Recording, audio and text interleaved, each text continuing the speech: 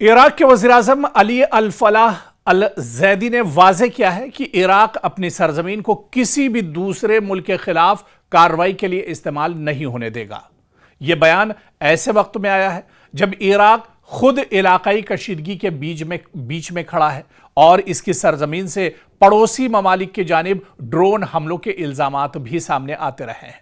सोचिए, मशरिक़ वुस्ता पहले ही कशीदगी, हमलों और जवाबी कार्रवाइयों की जद में है और ऐसे वक्त में इराक कह दे कि हमारी सरजमीन किसी दूसरे मुल्क के खिलाफ कार्रवाई के लिए इस्तेमाल नहीं होगी। यह सिर्फ एक सियासी बयान नहीं बल्कि बगदाद की जानिब से एक अहम सिक्योरिटी और सिफारती पैगाम भी इसे समझा जा रहा है। इराक के वज़ीर-ए-आज़म के दफ्तर की जानिब से जारी बयान में कहा गया है कि इराक अपनी सरजमीन को दूसरे ममालिक को निशाना बनाने वाली कार्रवाइयों के लिए इस्तेमाल होने की इजाजत नहीं देगा। यानी बगदाद का बुनियादी मौक़िफ़ है कि इराक की सरजमीन से न किसी पड़ोसी मुल्क के खिलाफ हमला किया जाएगा और न ही इराक किसी ऐसी कार्रवाई का अड्डा बनने देगा जिससे खित्ते में मजीद कशीदगी पैदा हो। यह बयान इसलिए भी अहम है क्योंकि गुज़िश्ता दिनों सऊदी अरब की जानिब से इराक से आने वाले ड्रोन हमलों की शिकायत सामने आई थी।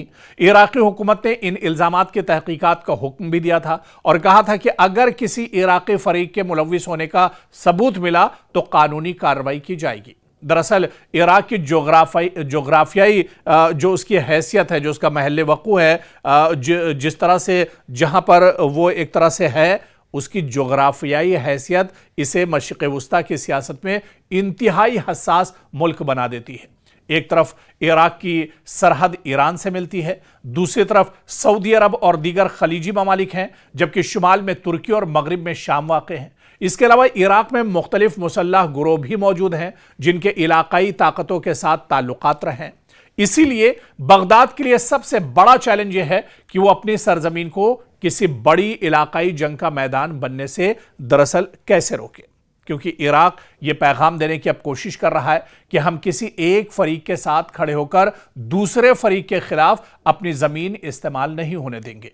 यही वजह है कि इराकी हुकूमत गुज़िश्ता कुछ अरसे से बार बार अपनी खुद मुख्तारी और इलाकाई सलामती पर जोर दे रही है। इससे पहले भी इराकी हुकूमत ने वाज़ेह किया था कि इसकी सरजमीन से पड़ोसी ममालिक के खिलाफ हमलों की इजाज़त नहीं दी जाएगी।